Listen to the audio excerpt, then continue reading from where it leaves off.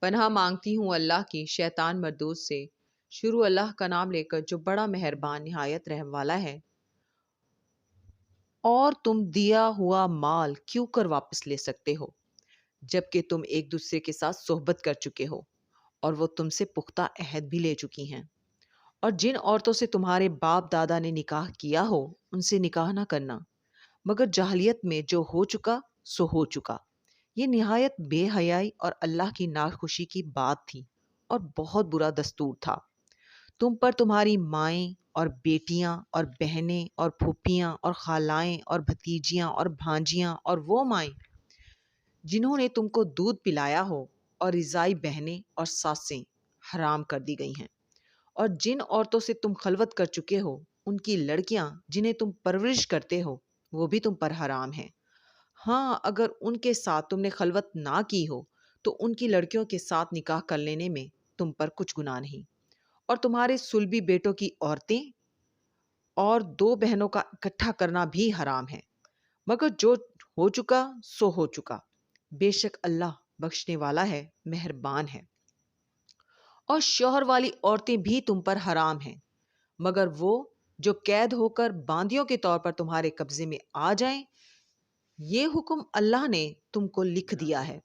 اور ان محرمات کے سوا دوسری عورتیں تم کو حلال ہیں اس طرح سے کہ مال خرچ کر کے ان سے نکاح کر لو بشرطے کہ نکاح سے مقصود عفت قائم رکھنا ہو نہ کہ شہوت پرستی۔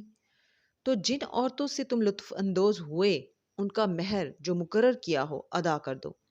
اور اگر مقرر کرنے کے بعد آپس کی رضامندی سے مہر میں کمی بیشی کر لو تو تم پر کچھ گناہ نہیں۔ بے شک اللہ سب کچھ جاننے والا ہے، حکمت والا ہے۔ اور جو شخص تم میں سے مومن آزاد عورتوں سے نکاح کرنے کا مقدور نہ رکھے تو مومن باندیوں ہی سے جو تمہارے قبضے میں آ گئی ہوں نکاح کر لے۔ اور اللہ تمہارے ایمان کو اچھی طرح جانتا ہے۔ تم آپس میں ایک دوسرے کے ہم جنس ہو، پھر ان لونڈیوں کے ساتھ ان کے مالکوں سے اجازت حاصل کر کے نکاح کر لو اور دستور کے مطابق ان کا مہر بھی ادا کر دو بشرطے کہ وہ پاک دامن ہوں، نہ ایسی کہ کھلم کھلا بدکاری کریں اور نہ در پردہ دوستی کرنا چاہیں۔ پھر اگر وہ نکاح میں آ کر بدکاری کا ارتکاب کر بیٹھیں تو جو سزا آزاد عورتوں کے لیے ہے اس کی آدھی ان کو دی جائے۔